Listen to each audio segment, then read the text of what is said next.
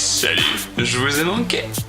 Nous revoici donc aujourd'hui sur Deus Ex, Mankind Divided, avec une anatomie de prépubère. Bonjour le bouton. Aujourd'hui donc Deus Ex Making Divided, épisode un petit peu spécial. Alors moi j'ai déjà fait le Deus Ex qu'il y avait avant, donc Human Revolution.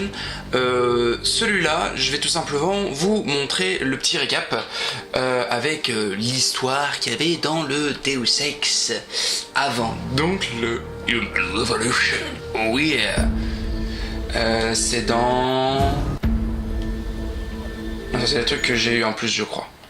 No. Hop là.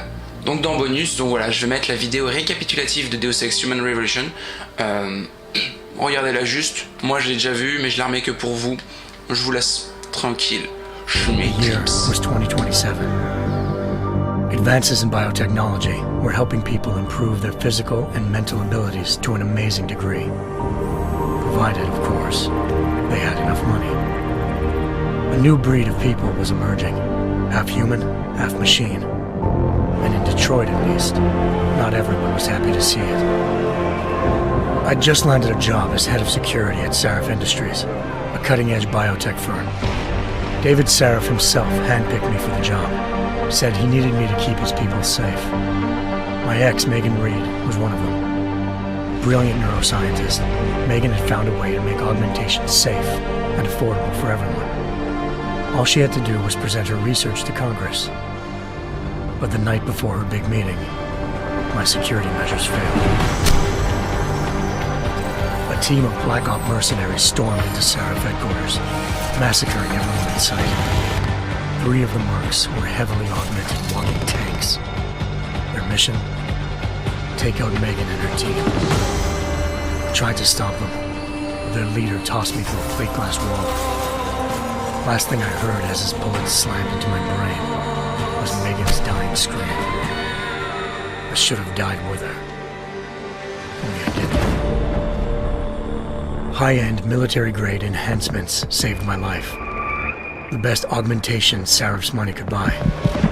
It took me half a year to get a feel for her. Should have taken longer. But 6 months into my recovery, Sarif Industries was attacked again. This time, by a radical group of pro-human purists. Violent, militant, and fanatically opposed to human augmentation. They claimed to be members of Humanity Front, a non-profit organization that wanted the UN to limit biotechnology research. The thugs broke into Sarif's factory and found machinists working overtime on a top-secret military augment called the Typhoon. Sarif sent me to retrieve it, and when I did, I found one of the so-called purists next to it, wired with cerebral implants, trying to download its classified specs. Obviously, something more was going on. The AUG killed himself before I could question him. Sarif ordered me to dig deeper, so with the help of Frank Pritchard, Sarif's head of cybersecurity, I did. Turns out a second hacker had been controlling the AUG's actions from somewhere off-site. Pritchard and I tracked his signal to a secret FEMA internment camp in Detroit. The Black Op mercenaries were there. The same mercs who'd left me for dead 6 months before. Figured they'd try again when they saw me. Wasn't so easy for them this time. I took out the tank named Barrett, even got him to give me a new lead. A penthouse apartment in China. Of course, we both knew it would be a trap in the end.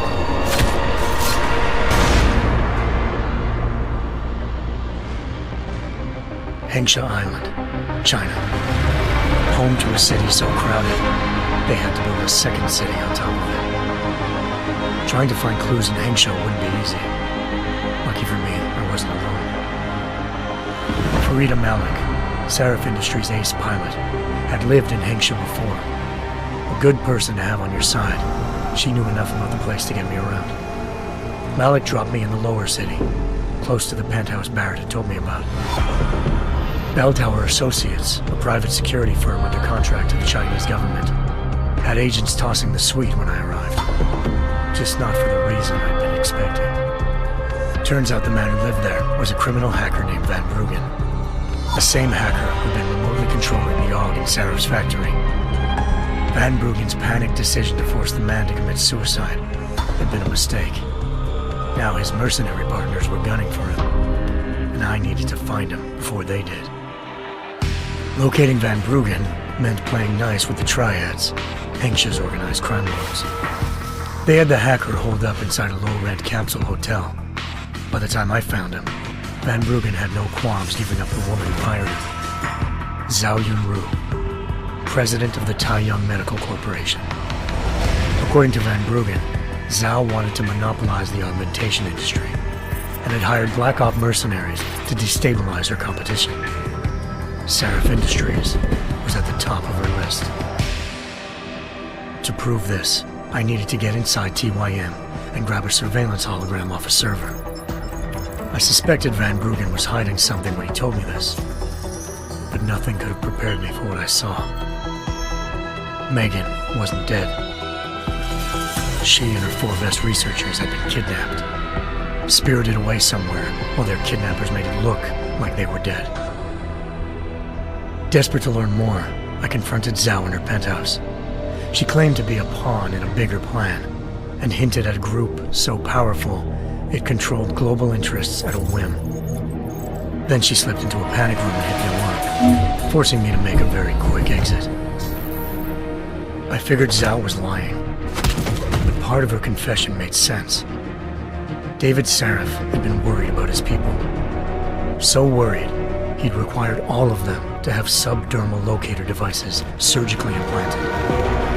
The GPOs would have been broadcasting the day of the attack.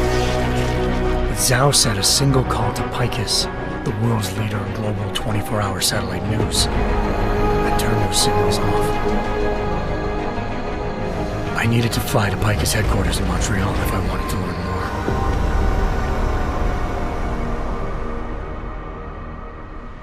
more. Eliza Cassan, Picus Communications' First Lady of News. Malik thought I was reaching when I told her Eliza was involved in this. The world's most famous news anchor, working with a mercenary hit squad. But when I confronted Cassan in her office, she freely admitted to jamming Detroit's satellites the night Megan's team had been taken. Said she's just been following her commands. I suspected she wanted to say more. But Black Op mercenaries showed up looking to shut us both down. And just like that, the Eliza I'd been talking to disappeared. The Mercs were led by an augmented killer I'd crossed paths with twice before, Fedorova, a woman who'd made silence her best friend. She waited for me to track Eliza's transmission to a secret server room underneath the Picus complex, then jumped me from behind. A deadly fight ensued. I made sure she never moved silently again. With Fedorova down, and no one left to keep Eliza quiet, she reappeared. Turns out Picus's First Lady of News wasn't a lady at all. She was a sophisticated AI program, engineered to monitor data streams and control what people believed. Eliza told me the Mercs had brought in a Humanity Front doctor named Isaiah Sandoval to remove the scientist's implanted tracking devices while Detroit's satellites were down. She also told me to speak to David Saraf if I wanted to learn more. By the time Malik and I got back to Detroit, tensions between normal and augmented citizens had reached a flashpoint. Riots were breaking out in several cities. The UN was being urged to intervene. Saraf was trying hard to convince Hugh Darrow, the inventor-turned-philanthropist who'd once been a leading proponent of enhancement technologies, to help stop a possible regulatory vote. Saraf had a lot riding on Darrow. Megan's discovery would have given millions of people a chance to evolve beyond their normal human abilities, and at the same time catapulted Saraf Industries to the top of the Fortune 500. According to Saraf, Megan's kidnappers knew this, and didn't want people evolving unless they controlled how it was done. He called his enemies Illuminati, and urged me to keep searching. Determined to do so, I tracked down Sandoval via America's most outspoken augmentation opponent, Bill Taggart, Sandoval's boss and founder of Humanity Front. Sandoval admitted to operating on Megan's team when I confronted him, but said he hadn't removed their GPLs. He'd merely switched them to a different frequency. Pritchard was able to trace one of the signals to China. Malik and I immediately took off in pursuit. Unfortunately, the Illuminati were one step ahead.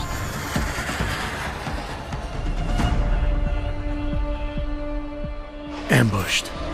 Shot out of the sky by Bell Tower Associates, seconds after entering Hengsha's airspace. Malik's piloting skills saved me.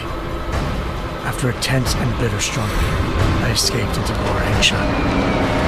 The tracking signal I was following led straight to the Triads, or more specifically, to the augmented arm of Tong Si-hung, leader of a gang of augmentation harvesters. Tong said they'd taken the arm off a corpse, which Bell Tower had left at their door, meaning at least one of Seraph's scientists was dead. Maybe not the rest of them, though. Tong pointed me to a port used for human trafficking and helped me slip aboard a Bell Tower ship. It was sailing to Rifleman Bank Station, a military base in the South China Sea. Bell Tower was holding kidnapped civilians as prisoners there, and using them to perfect the Hyron Project, a human-computer interface that left most of its test subjects dead.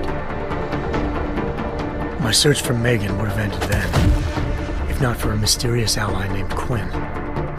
In exchange for my help exposing Bell Tower, he slipped me aboard a second ship headed to Singapore and an Illuminati-run biotech facility called Omega Ranch.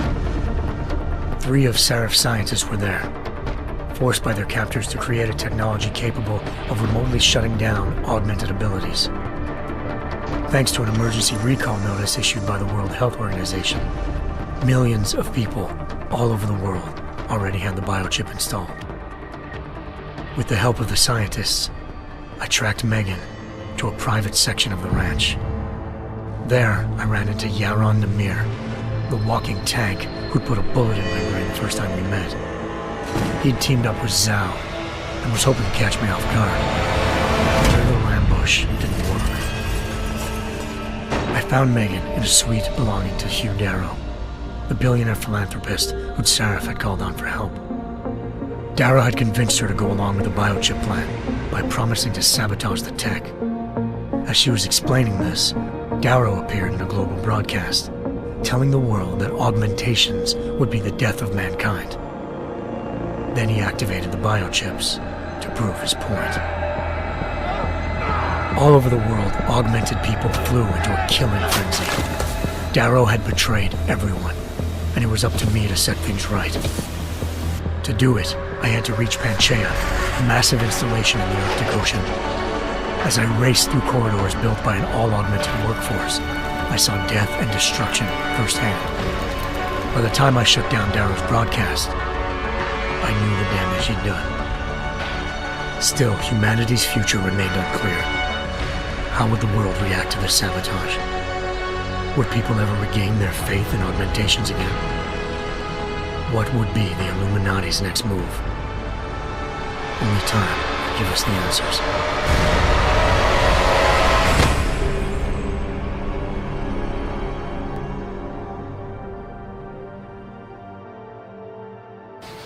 Et voilà, ce sera tout pour la vidéo récapitulative sur Deus Ex Human Revolution.